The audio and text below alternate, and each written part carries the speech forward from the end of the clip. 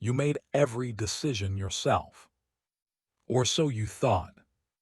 Think about the last time you chose something.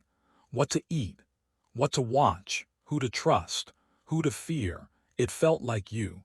It felt like your mind, your instincts, your free will working exactly the way it should. But what if the choice was never really yours? What if someone or something had already decided for you, long before you even realized there was a decision to make? Stay with that thought, because by the end of this, the way you see your own mind will never be the same. We live in an era that promises more freedom than any generation before us, more choices, more access, more control over our own lives. And yet psychology researchers have noted something deeply unsettling beneath the surface. The more choices we appear to have, the easier it becomes to manipulate us without our knowledge. This is not about government conspiracies. It is not about secret societies or shadowy figures pulling strings in the dark. This is far more personal than that. The most powerful manipulation in your life is happening inside ordinary moments, in conversations, in your phone, in the people closest to you, in environments you consider completely safe. And the reason it works so well is precisely because it feels like nothing at all. Let us start at the beginning with something called priming. Every single day, your brain is being prepared, set up, loaded with invisible instructions before you ever make a conscious decision. This is called psychological priming, and it is one of the oldest and most effective tools of invisible influence ever studied. Here is how it works in your real life. You walk into a store. Soft music is playing. The scent is warm and familiar. The lighting is gentle. None of this is accidental. Research suggests that ambient cues like sound, smell, and light can shift a person's emotional state within seconds, often without any conscious awareness. And once your emotional state shifts, your decision-making shifts with it. You were never choosing from a neutral place. You were choosing from a carefully constructed psychological environment designed to lead you somewhere specific. Most people never notice this because it does not feel like force. It feels like comfort. But comfort is only the surface layer. Beneath it lives a more sophisticated mechanism, one that does not just shape your mood. It shapes what you believe to be true. It is called social proof, and it is running in the background of almost every major decision you make. Psychology suggests that human beings are wired to look at what other people are doing before deciding what is correct. This is not weakness. It is ancient survival logic. In a world where your ancestors needed the group to survive, following the behavior of the majority kept you alive. But in the modern world, that instinct has been turned against you. When you see that a product has 40,000 five-star reviews, you do not question it. You absorb it as truth. When a news story is shared by everyone in your social circle, your brain registers it as reality before you have read a single word. When an idea becomes popular enough, disagreeing with it starts to feel physically uncomfortable. You are not agreeing because you have thought it through. You are agreeing because agreement feels safe. And someone, somewhere, knows that. Here is where it gets darker. The people closest to you may be using these same mechanisms without even knowing it. Not out of malice, but out of deeply conditioned behavior patterns that psychology describes as covert social influence. Think about a relationship in your life, a partner, a parent, a close friend, a colleague. Now think about how their approval or disapproval shapes what you say, what you wear, what opinions you share out loud, and which ones you quietly bury. This is called emotional conditioning, and it does not require a single dramatic moment.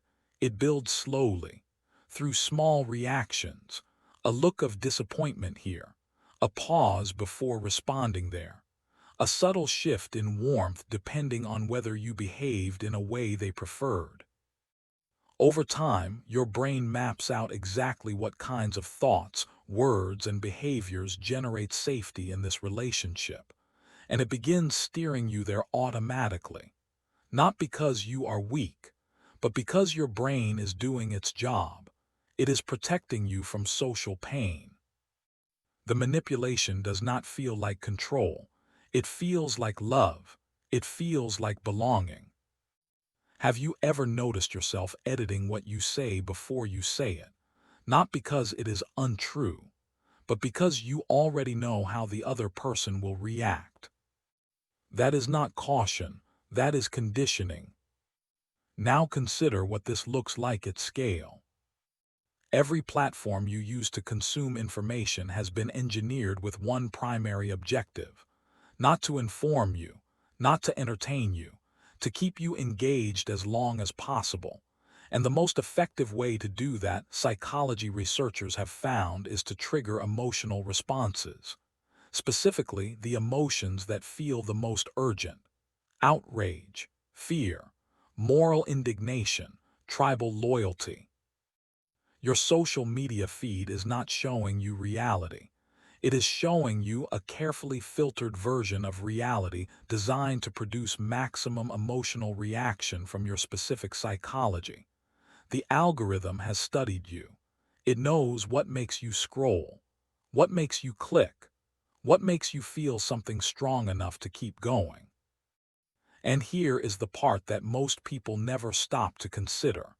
The version of the world you believe in was built largely by a machine designed to manipulate your attention, not your understanding, your attention. What if the anger you feel about certain topics has been deliberately amplified?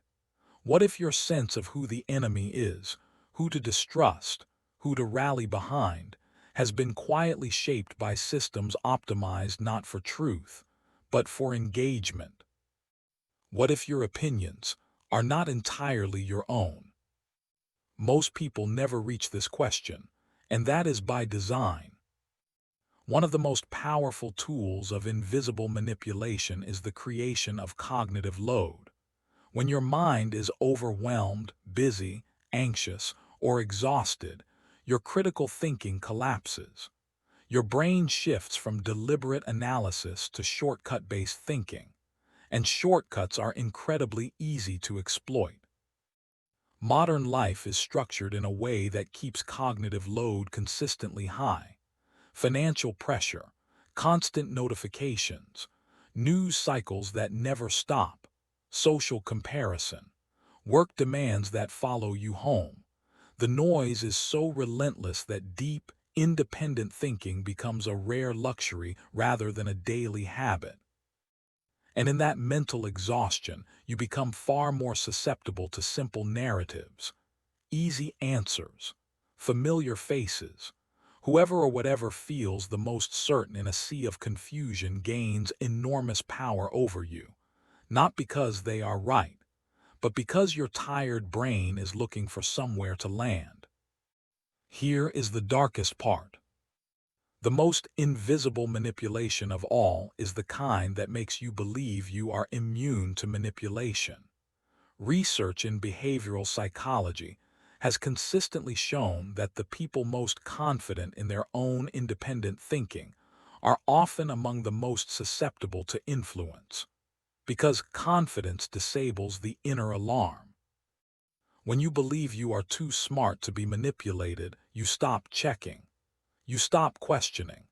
You stop noticing the priming, the conditioning, the algorithmic shaping, the emotional engineering happening around you every single moment.